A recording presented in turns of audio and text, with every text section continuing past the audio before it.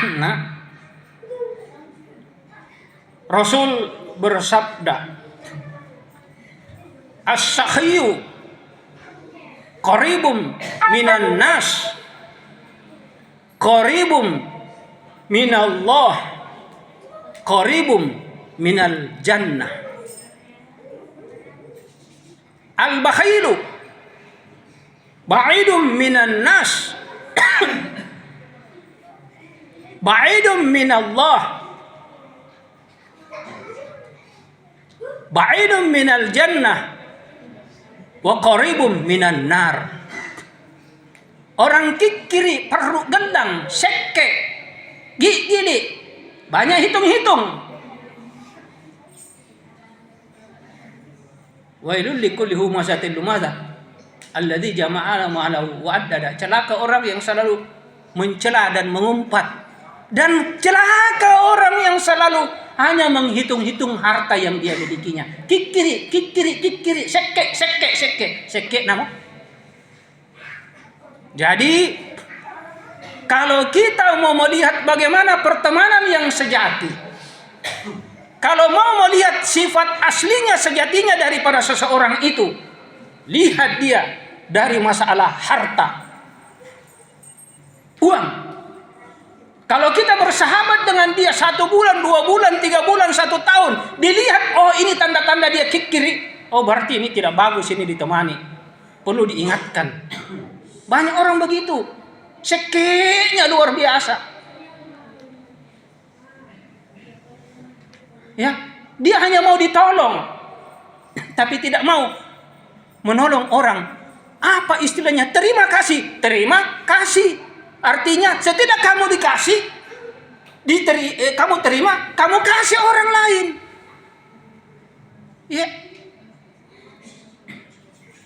Orang kikiri jauh dari manusia, jauh dari Allah, jauh dari surga, dekat dengan neraka. Nah ini yang satu diperlihatkan oleh Rasulullah Sallallahu Alaihi Wasallam. Kemudian apa lagi? Ada orang yang diperlihatkan oleh baginda Rasulullah, kepalanya dipukul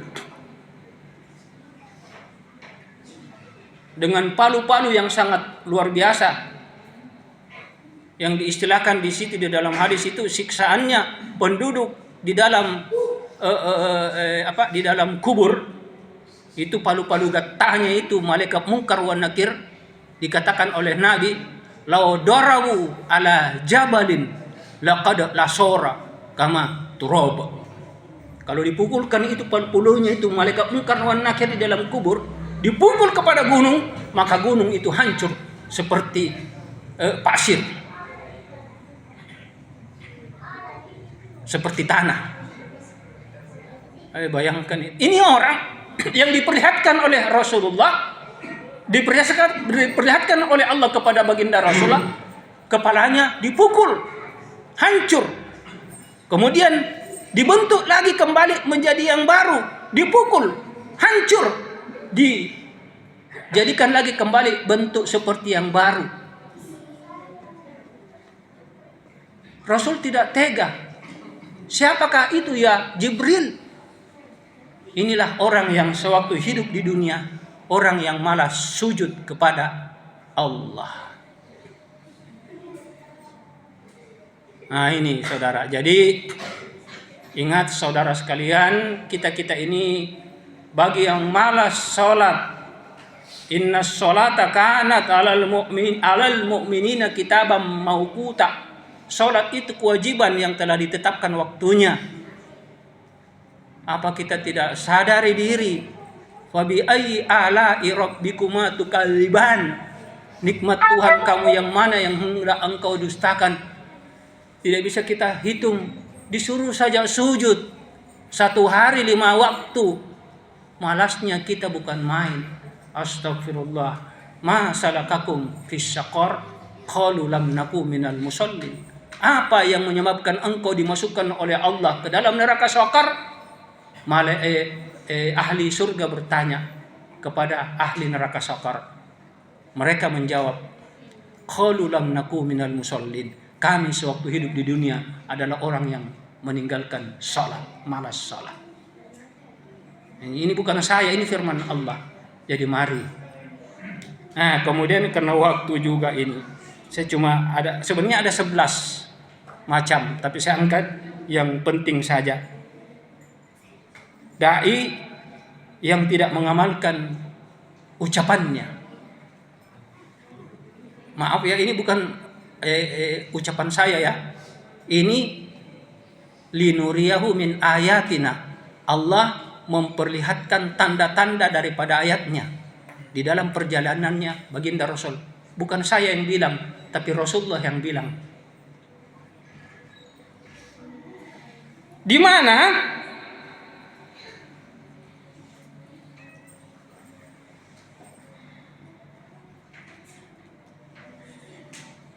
mereka itu seperti orang yang lidah dan mulutnya dipotong-potong dengan gunting dan besi. Setelah dipotong mulutnya, tumbuh lagi kembali seperti tercipta yang baru, lalu dipotong lagi.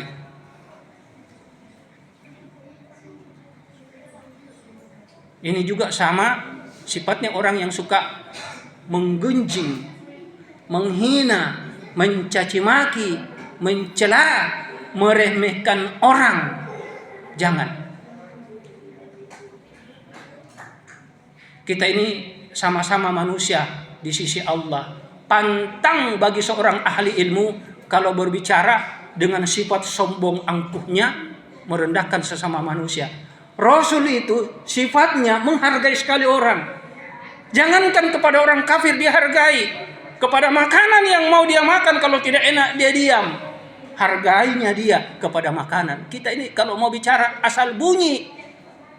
Yang dia pikir, yang dia ucap bukan dari hati nuraninya, dari sifat binatangnya, sifat iblisnya. Jangan Ki. Nah, ini khusus kepada para dai, penyeru kebaikan. Sudah hampir waktu ya. Sedikit lagi saya katakan. Allah berfirman, ya ayyuhalladzina amanu lima taquluna ma la taf'alun kabura maqtan 'inda Allah an taqulu ma la taf'alun. Dalam ayat lain, ata'muruna an-nasa bil birri wa tansawna anfusakum wa antum tatluna al-kitaba afala ta'qilun. Wahai orang beriman, kenapa engkau pandai berbicara sementara engkau tidak mengerjakan apa yang engkau katakan? Mengamalkan apa yang engkau katakan. Sungguh murka, marah di sisi Allah dari apa yang engkau katakan sementara engkau tidak mengamalkannya, melakukannya. Kenapa engkau sibuk untuk mengajak orang kepada jalan kebaikan sementara engkau melupakan dirimu sendiri, padahal engkau membaca kitab Allah, Al-Quran, hadis baginda Rasulullah, kamu membaca buku-buku agama. Apa engkau tidak memakai akal? Alhamdulillah kalau ada para dai begitu, kita sudah bersyukur. Tapi jangan dipandang pakaiannya, jangan dipandang tampilannya, jangan dipandang dia seorang ahli hadis, hafiz, jangan dipandang dia sebagai seorang dai. Karena yang Allah pandang bukan itu. Itu casing luar. Allah pandang isi hati. Ya. Allah pandang isi hati, saudara sekalian. Jadi, yang perlu di sini karena waktu di sini yang dikatakan oleh banyak sekali, kalau saya gabung-gabungkan dengan hadis-hadis. Innallaha la yanzuru ila suwarikum. Oke, tahu sah.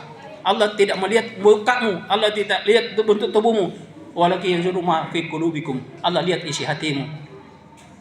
Rasul juga mengatakan, hadza hahunna. Takwa di sini, at-taqwa hahunna. Baru beliau menunjuk hati. Takwa itu di hati, bukan di pakaian. Artinya karakter, sifat, dan akhlak, adab perbuatannya, cara bicaranya, sikapnya. Ini yang penting. Inilah yang dikatakan oleh Rasulullah, orang yang paling baik dari imannya adalah orang yang paling baik akhlaknya.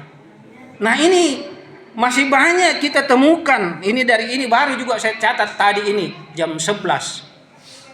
Sekitar jam 11, setengah 11. Ada ulama yang karakter sifatnya bersifat sombong, angkuh, susah diajak komunikasi.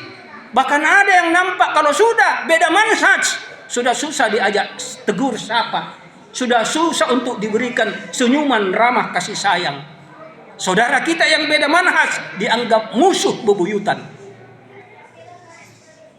Ada juga seorang ustadz yang bersifat arogan, diktator, tidak beradab, tidak pandai untuk menjaga perasaannya, hatinya, saudaranya. Dia gampang untuk mengecewakan saudaranya, menyakiti hati saudaranya. Padahal sebagai seorang muslim yang sejati, dia selalu menjaga, jangan sampai hatinya saudaranya dia kasih kecewa, dia sakit hati. Karena kapan kalau sakitnya itu terbawa dan dia tidak minta maaf, nanti akan diselesaikan di sidang pengadilan akhirat. Maka dia orang yang muflis. Ini banyak, ini ulama begini. Astagfirullah, bukan banyak, ada sebahagian. Tapi mudah-mudahan kita sadari, ini saya sampaikan. Kemudian ada juga ustaz atau orang yang sombong angkuhnya dalam berilmu. Kalau yang tadi itu sifat binatang, siapa yang kuat itu yang paling menang. Diktator, arogan, tidak pandai menjaga perasaan manusia, tidak menghormati orang lain. Kemudian sombong, ujub, merasa diri yang paling terbaik, pendapatnya yang paling terbaik, pemahamannya yang paling terbaik, amalannya yang paling terbaik, yang lain semuanya itu ahli neraka, finnar. Ini juga bagian daripada sifat ujub dan sombong, sifat saudaranya iblis, laknatullah alaih. Jadi inilah yang saya bisa dapat sampaikan. Barakallahu li wa lakum. Mohon maaf, saya bukan orang suci. Saya bilang sekali lagi, saya bukan orang suci. Saya manusia banyak dosa. Ya, cuma ini mengingatkan saja. Barakallahu li wa lakum fil Qur'anil Karim wa nafa'ni wa iyyakum